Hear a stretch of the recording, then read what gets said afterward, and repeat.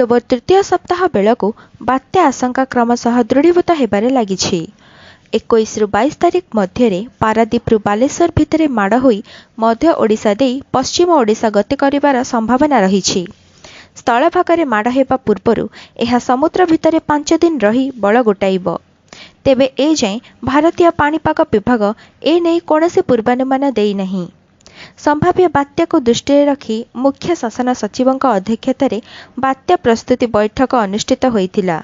बात्यारे telephone और विद्युत भित्तिभूमि अधिक क्षतिग्रस्त होउछि।